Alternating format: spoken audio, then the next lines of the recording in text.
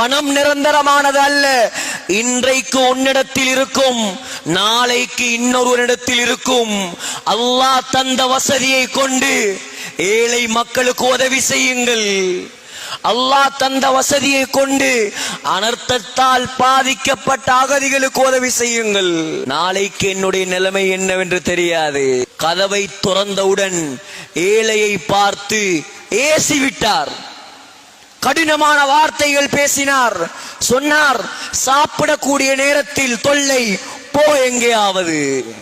அந்த ஏழை, அந்த மிஸ்கீன் வாய்க்குள் ஏதோ முணுமுணுத்து கொண்டு போனான்.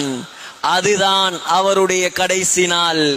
அன்றிலிருந்து அவர் சரிய ஆரம்பித்தார். பதவி போனது, பட்டம் போனது, பணம் போனது, எல்லாம் போய் கடைசியில் அல்லாஹ் அவரை எப்படி மாத்தினான் தெரியுமா? எனக்கு சாப்பாடு போட வக்கில் அவருக்கு சொன்னார், இதற்கு பின்னால் உன்னை பராமரிக்க என்னால் முடியாது, உனக்கு தலாக் தந்து விடுகிறேன், நீ உன் அம்மா வாப்பாவோட போய் சேர்ந்துக்கோ என்பதாக அவர் என்னை அனுப்பிவிட்டார். இப்ப பார்த்தா பிச்சை எடுத்து திரிகிறார்.